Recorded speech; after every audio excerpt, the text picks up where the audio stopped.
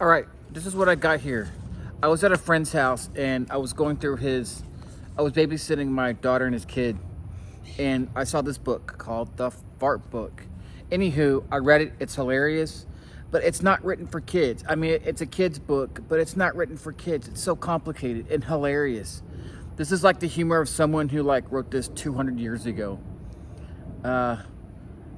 Check it out. It's called Farts, a Spotter's Guide by Craig S. Bauer, illustrated by Travis Millard. Anyways, you got to check this book out. It's hilarious.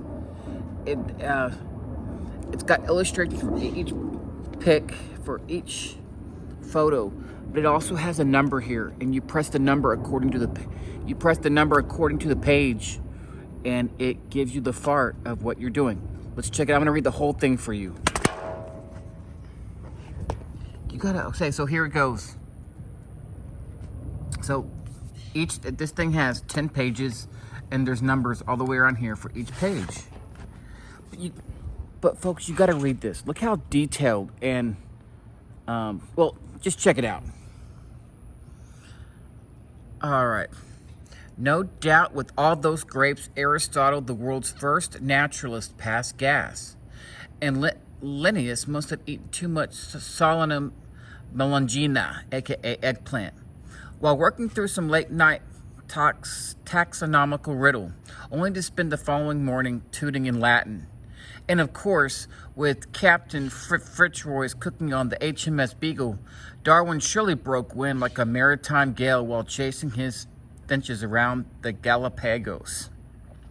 And yet there is no evidence that these scions of natural history ever considered researching a dichotomous key separating the flight of the buttock bees from the sleeping dog. Sleeping dog, flight of the buttock bees. I guess this is the name of the farts. You see where this is going. Continuing on with this disaster. Not a single scientist, not Edward O. Wilson, and not even the late Jay Gould, the longtime columnist for the Natural History magazine, could ever realize that the lay population craved a methodology to distinguish the boom of the seismic blast from the hiss disputed of the silent but deadly. As a student of each of the above-mentioned scientists, I am honored to present the research that eluded their own laboratories.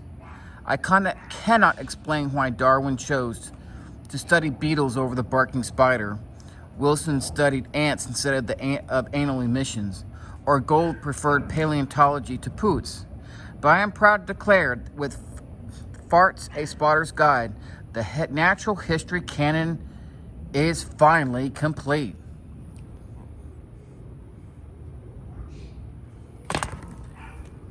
Page 1. First fart. The seismic blast. We gotta know what we're talking about here, so let's press the button.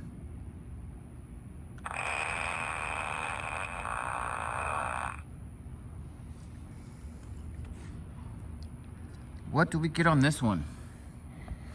We get field marks, unmistakable as emitter typically calls his shots before launch. Mimicking sounds among flock, also a telltale sign. Voice, the louder, the wetter, the better. This is my favorite. Habitat, mostly all male environments, especially hungover situations. Hungover situations in a kid's book. Take it or leave it, folks. What's the range of this seismic blast? Usually requires the Richter scale of accurate assessment. The description of the seismic blast. Recently declared an alternative to ethanol, this green steam creates tremendous force through the narrow orifice. Producers routinely cite this energy conversion among their proudest achievements, regularly found during drinking competitions and over-carb-laden breakfast. Usually appears in flocks. The blast not only lasts during the lingering aura, but also in the future tales of witnesses. This is the seismic blast. An explosion of the house. Page 2. We move on. The silent but deadly. Field marks. Oh, we gotta press the button. This is what the silent but deadly sounds like. I don't know if you can hear it.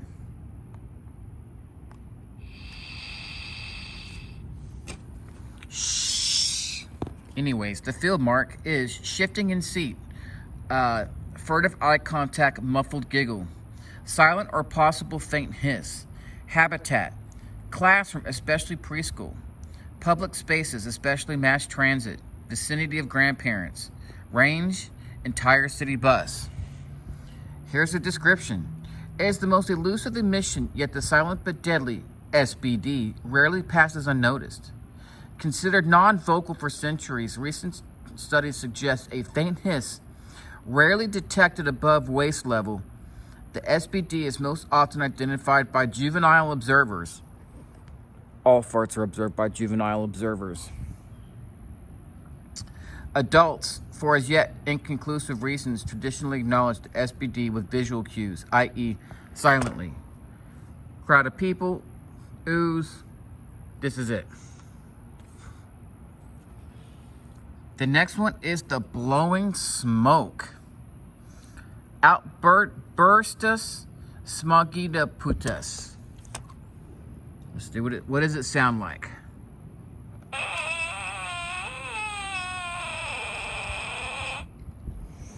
Or you could call that the creaking door. Field marks. Bending bows and flaring nostrils indicate presence. Rare. 1956 appearance near propane rumored, but not ever recorded due to scientist fatality. Voice. Song longer than all other species except the long goodbye. Disputed. Habitat, meadows, amphitheaters. Range. Southern United States, Eastern Bloc countries, Buffalo, New York, which is 1/5 of Texas. Description. The very definition of breaking wind, this long, quiet gust is like a factory smokestack on a cold day, and has been known to extinguish matches. Closely related to the Poof and also the long goodbye, this species can pollute outdoor events, including concerts in the park. Long thought a remnant of the remnant of smokestacks and burnt rubber. This meat eater special carries a half-baked odor that is distinguished to the specimen. Well, so this is apparently smells like burnt rubber. Oh. Moving on. The one that got away. I hate these.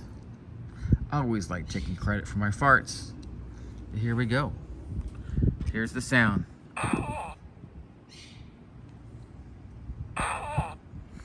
Oh, the one that comes out, but it's a half fart, but then you lose the muster. Field marks. Shock followed by horror, and provider's facial expression. Voice. Voice varies greatly from motor revving to barely audible. Habitat, quiet environments including libraries, churches, especially weddings and funerals, and holiday dinners. Range, unpredictable, might carry just one pew over or could fill a cathedral. The flight, we got a big one. The flight of the buttocks bees.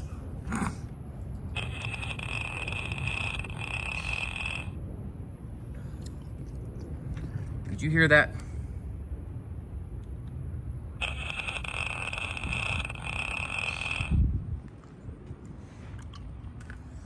Field marks. Tight and tighter. This individual ekes out into the world with the fastidiousness of a wound clock. String staccato sound suggesting air horn pressure. Anywhere objects are stored or stacked in well-ordered environments and schedules are kept. Range from icy situations to purse-lipped environments. Description. This is gas at its most organized. The sound and sense emanating from its host are punctuated, and punctilious. Plus, these emissions can't be learned. They seem hardwired to release precisely when directed to do so. These bossy chirps are more blips than blowouts, and always appear in flocks.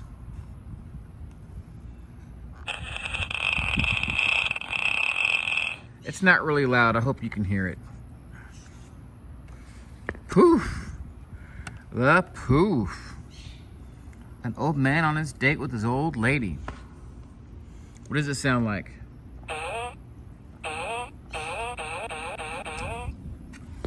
Field marks. Often distinguished by the pastel colors and laissez-faire attitude. This species was first identified taking flight from a pair of Abercrombie and Fitch watermelon chinos. What is that? The voice. Delicate song most resembles a whispered poof. Habitat. Yacht clubs, super clubs, country clubs, and bridge clubs. Range. Varies by a tax bracket. Rarely found on common ground. Maybe the rich man's fart. Description. Long though to be a mythical creature, this rarefied air is easily identified from its curiously saccharine smell to the refusal of many genteel observers to acknowledge its presence. This melange of perfume with the rotten truth elicits whispers, but never comments. Most commonly observed among populations who declare their poop don't stink. And it doesn't. Well, sort of. Moving on. In between states.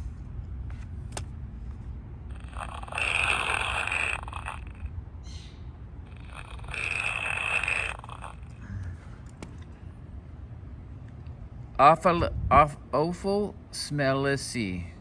Change pantasus. I can't do Latin.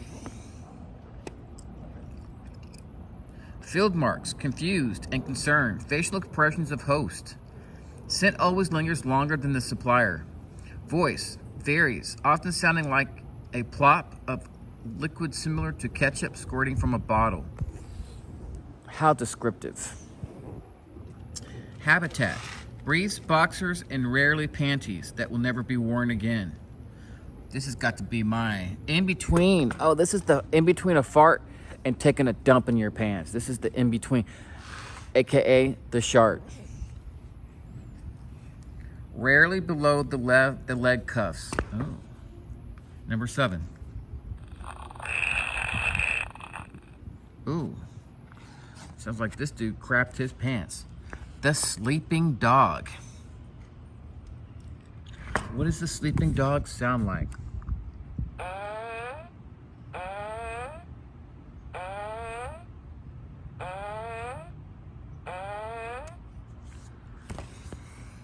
Field marks.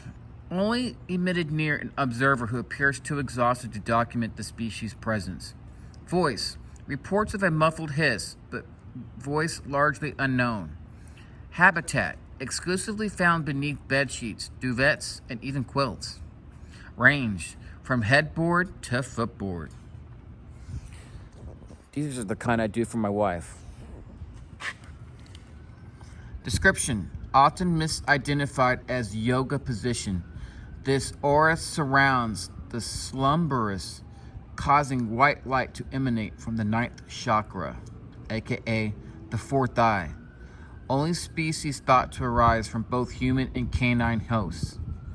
Presence once thought to have amphetamine properties as adjacent subjects rarely manage sleep. Let's do this one. Moving on.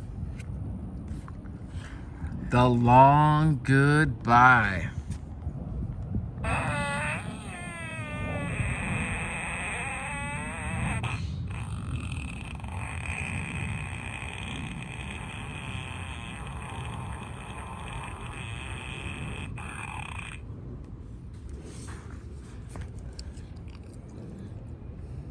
Species usually detected before host is observed.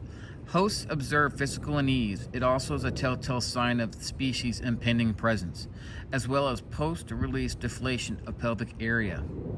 Among the most musical of species, this emission can sing for what seems like an hours, especially to the relieved supplier. Habitat. Changes often fling a public environment to a very private refuge. range. Waiting rooms to waiting pools. Mexican to Indian restaurants. Indian restaurants and Mexicans combined. Oh my gosh. I don't even want to know. But yet I want one of these. Maybe I should eat at a Mexican restaurant for lunch and wash it down with some Indian food for dinner. And then Dutch oven my wife. Description. Elusive and secretive. Individuals of this unusual species appear most often in public places after having been confined in lengthy social situations. Have you ever been on a date and you had to fart and then the 2-hour date's over, then you say goodbye, they shut the door, you leave, and you just let it out in the hallway? That's what this is. Moving on to the last, the Aftershock. Aftershock. Let's see what it sounds like. Oh, yep.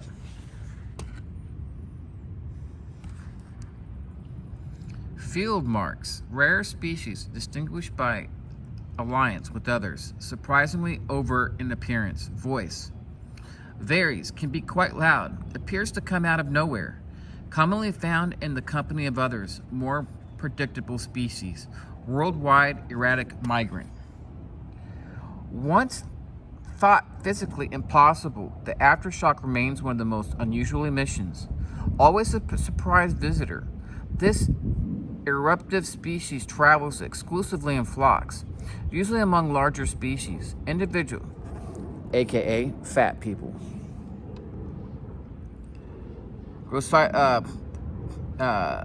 Individuals only become conspicuous when dominant flock grows silent or departs habitat altogether. Host usually appears calm and confident, followed by gaps of disbelief shortly thereafter. Well, that's my reading of Farts, A Spotter's Guide. And let me tell you, this book is great. It's hilarious. I enjoyed reading it. It's the depth, the theoretical theory of this book, the quality, the philosophy of this book is deep. And I recommend it for any adolescent. Thank you.